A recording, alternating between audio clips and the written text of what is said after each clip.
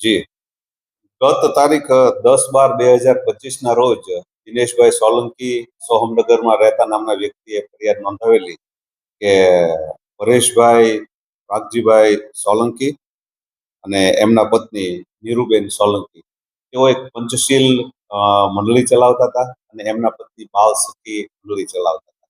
એ અન્વયે એ લોકો પાસેથી પૈસા લેતા હતા અને પૈસાની અંદર 5 થી 8% વળતર આપવાની એને લાલચ આપતા હતા.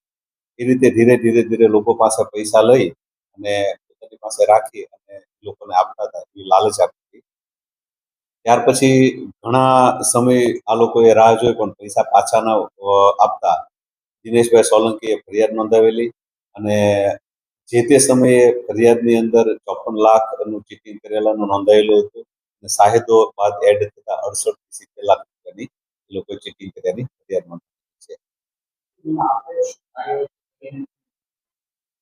એમાં મુખ્ય આરોપી તરીકે પરેશભાઈ સોલંકી તથા એમના પત્ની નીરુબેન સોલંકી હતા અને એમના સાળા મુકેશભાઈ, પરેશભાઈના સાળા મુકેશભાઈ નીરુબેનના ભાઈ એ પણ એજન્ટ તરીકે હતા. તો એમના સાળાની ધરપકડ કરી છે મુકેશભાઈની અને ત્યાર પછી 2 દિવસ પહેલા આ બંને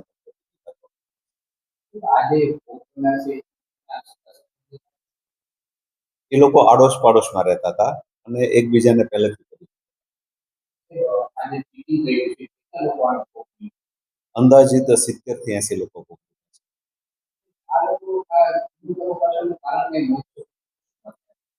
અમારી તપાસમાં એવું કોઈ ખાસ કારણ બહાર આવ્યું નથી, પરંતુ જે અમને લાગે છે, જે તપાસમાં અમને જોવા મળ્યું, એ લોકોને થોડુંક લેણું હતું અને એ લેણું દેવા માટે આ મંડળીમાંથી પૈસા ઉઘરાવતા હતા.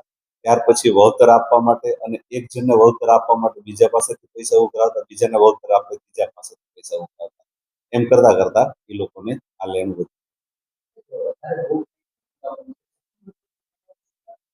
આની અંદર ભોગ બનનાર 80 થી 90% મહિલાઓ છે, કારણ કે સખી મંડળ ના નામ હેઠળ જ આ લોકોએ પૈસા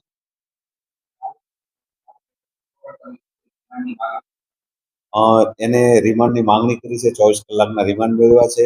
એની પાસે કઈ સંપત્તિ છે એ સંપત્તિની વિગત મેળવી છે.